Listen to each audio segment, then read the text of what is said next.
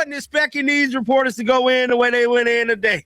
But they had some receipts on Kevin Stefanski, and they damn sure for to make his time in Atlanta a very, very tough one because he cannot escape what he has done to Shedeur Sanders. I ain't lying. Oh, I ain't like, God is good, man. God is good.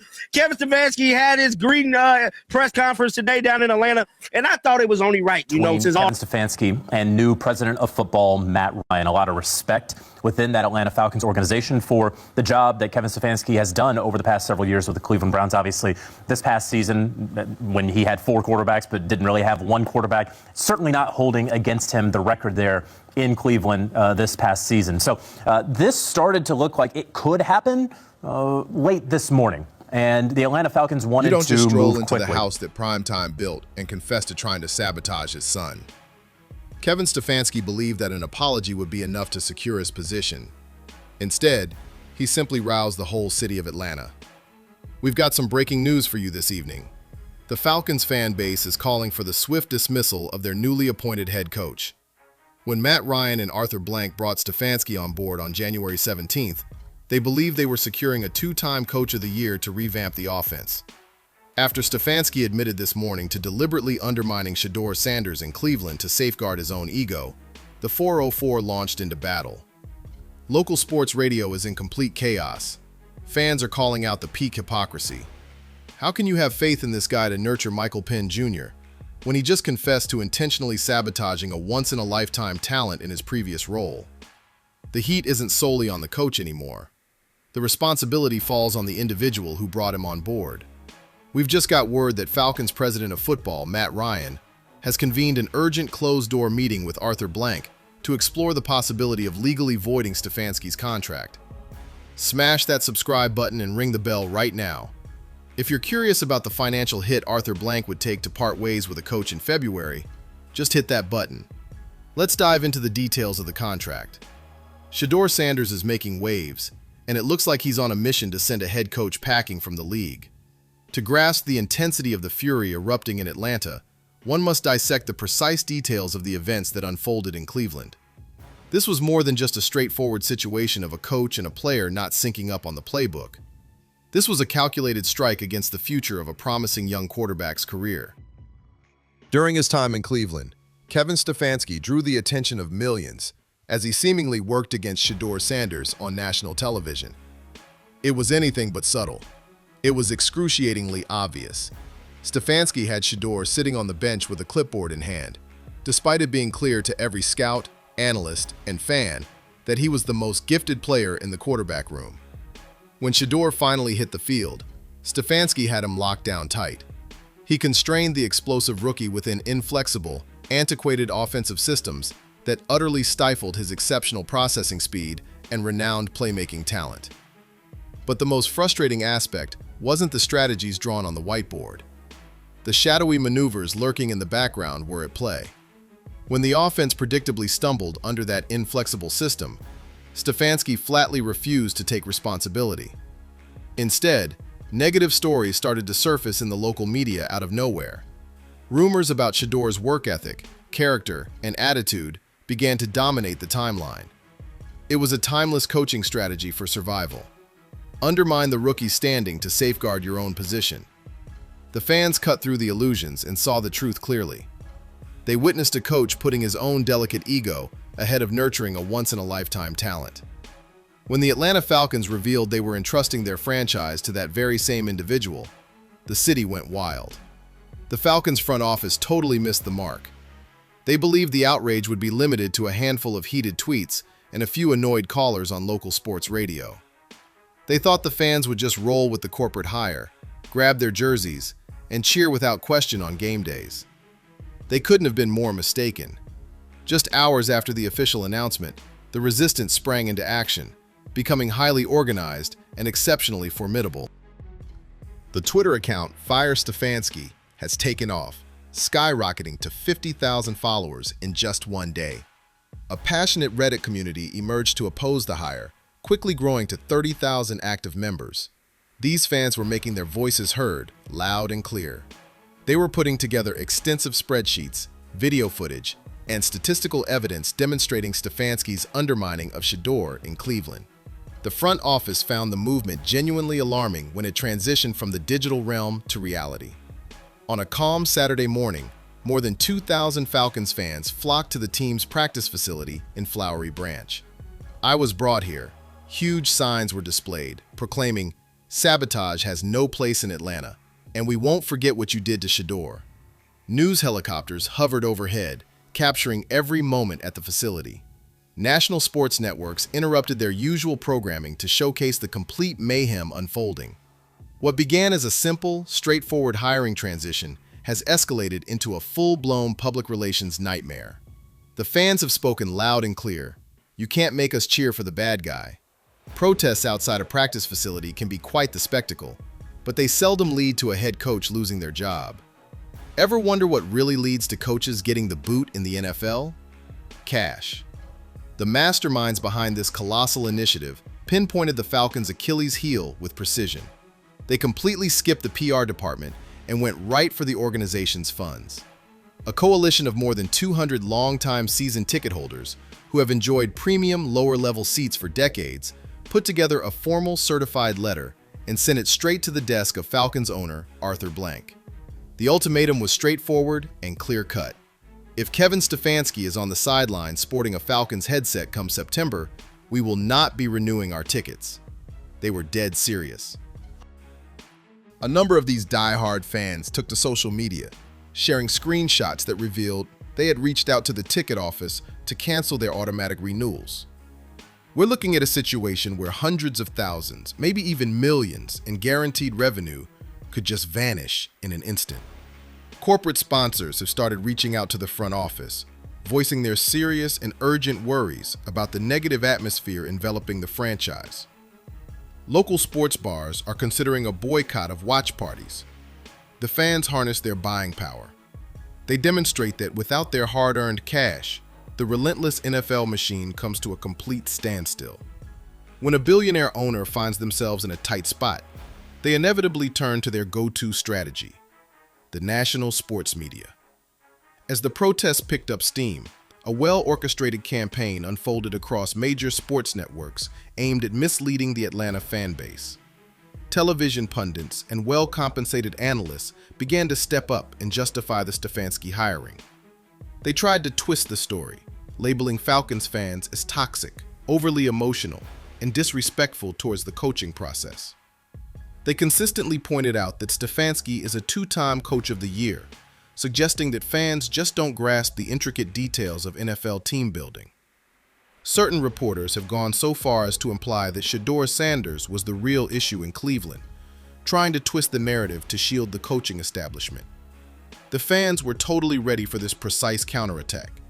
Whenever a prominent analyst attempted to back Stefanski's handling of Shedeur, the fan coalition inundated the comments with undeniable video proof. Clips of Stefanski's contradictory press conferences were shared. Shedeur's tape dropped, showcasing his brilliance even with the questionable play calling around him. The network analysts were called out for doing the bidding of the NFL owners. This effort at media manipulation totally blew up in their faces. Rather than soothing the situation, it only fueled the anger of the fan base further. It showed the fans that the traditional football establishment was ready to deceive them to shield someone who had undeniably overstepped their bounds.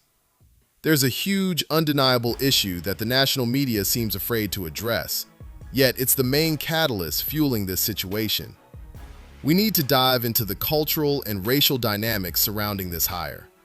A white head coach has been revealed for consistently undermining, benching, and leaking negative stories about a highly talented and confident black quarterback in Cleveland. Imagine taking that same coach, with all his history intact, and placing him right in the middle of Atlanta. Atlanta is often regarded as the cultural heart of Black America. This city stands as a testament to Black empowerment, showcasing Black excellence and robust Black leadership. The essence of the Falcons fan base mirrors the spirit of the city it represents. The front office's decision to overlook Stefanski's past and bring him to this city was seen as the ultimate act of disrespect. Key figures within the local community have highlighted that the NFL carries a troubling legacy of veteran coaches attempting to humble or dismantle Black quarterbacks who don't conform to the conventional quiet and submissive stereotype. The fans in Atlanta are rising up and declaring, "Not in our city." That plantation mentality has no place in our building. They are setting a clear boundary, standing firm against a culture that penalizes young athletes for embracing their confidence and self-worth. The sheer magnitude of the family Stefanski chose to tangle with is simply undeniable. He didn't just bench some random rookie. He attempted to put a Sanders to rest. Dion Coach Prime Sanders has constructed an undeniable empire. He shook up the entire landscape of college football, and his son Shedeur is more than just an athlete. He stands as a colossal global brand. Shedeur stepped into the NFL as a multi-millionaire, boasting a huge fan base, lucrative endorsement deals, and a cultural impact that sends shivers down the spines of traditional NFL executives. When Stefanski attempted to break Shedeur, he found himself in a battle with the Prime effect. The fan uprising in Atlanta has gained significant national attention, largely due to the influence of the Sanders family in pop culture. You're not just ruffling the feathers of die-hard football analysts. You're frustrating countless casual fans, celebrities, and influencers who back the Sanders movement. Stefanski completely misjudged the leverage at his disposal. He adhered to the traditional belief that a head coach is untouchable and that a rookie should show deference to him. But Shedeur didn't rely on Stefanski to make it through. The Falcons are now facing the intense fallout of a cultural backlash after choosing to align with a figure who believed he could take on one of the most influential families in contemporary sports. But what's the deal with the players? What's the deal with the Atlanta Falcons not addressing their new coach? Why the silence from the team? The plain fact is, they are voicing their opinions, just not into a live mic. Insider reports reveal that the Falcons' locker room is quietly pushing back against Kevin Stefanski. Multiple veteran players have reportedly conducted exclusive meetings among themselves, where they voiced significant concerns regarding the recent hire. They reviewed the footage of Shedeur's incident in Cleveland. It's clear that if Stefanski was ready to throw a player as gifted as Sanders under the bus for his own benefit, he wouldn't hesitate to do the same to anyone else to protect himself.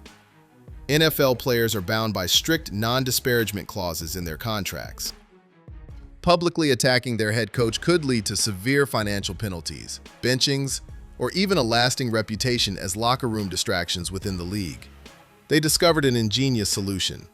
Current players are reportedly utilizing anonymous back channels to connect with the leaders of the fan protests. They are subtly conveying their unwavering support, essentially urging, "Keep applying the pressure. While we can't voice it publicly, we're fully on board with all your efforts." This is an incredible, completely unmatched partnership. The fans are stepping up as the passionate, outspoken defense for a locker room that has been muted by corporate deals. The weight of this unprecedented pressure rests firmly on the shoulders of one individual, Falcons owner Arthur Blank. Blank is often regarded as one of the most approachable owners in the NFL. He's determined to secure that victory at all costs. In his 80s, he is laser-focused on securing his legacy by delivering a Super Bowl trophy to Atlanta before he hangs up his hat. He brought in Kevin Stefanski out of a need for consistency. He was in search of a seasoned offensive guru, capable of steering the team in a new direction. Instead of finding stability, Arthur Blank has acquired a ticking time bomb. Now he confronts the ultimate nightmare that every billionaire dreads. Does he set aside his enormous pride? It's time to acknowledge the colossal error and let Stefanski go before the season kicks off. Taking that action would portray him as incompetent in the eyes of the other owners, and it could result in a loss of millions in buyout funds. Or does he dig in his heels, safeguard his pride, and push Stefanski to the sidelines? If he goes down that path, he could find himself competing in a stadium that's only half full. He jeopardizes the total estrangement of a loyal fan base that has backed him for years. He jeopardizes a completely divided locker room that lacks faith in the person making the calls. Arthur Blank's legacy is on the brink, and the countdown to kickoff is in full swing. Clearly, the mainstream media continues to seek ways to support the billionaire owners. You've got well-compensated pundits on TV insisting, "Cut the guy some slack. Every coach has their off days." It's essential to evaluate Kevin Stefanski based on his performance in Atlanta, rather than his past in Cleveland. It's time to break down that absurd and misguided argument once and for all. Character is not determined by the situation. Integrity isn't something that just resets when you switch your area code. A coach calling a questionable play on a critical fourth down is definitely a misstep. When a coach mishandles the clock during the final moments of the fourth quarter, that's a mistake. Those things can be forgiven. Those skills can definitely be coached out of someone.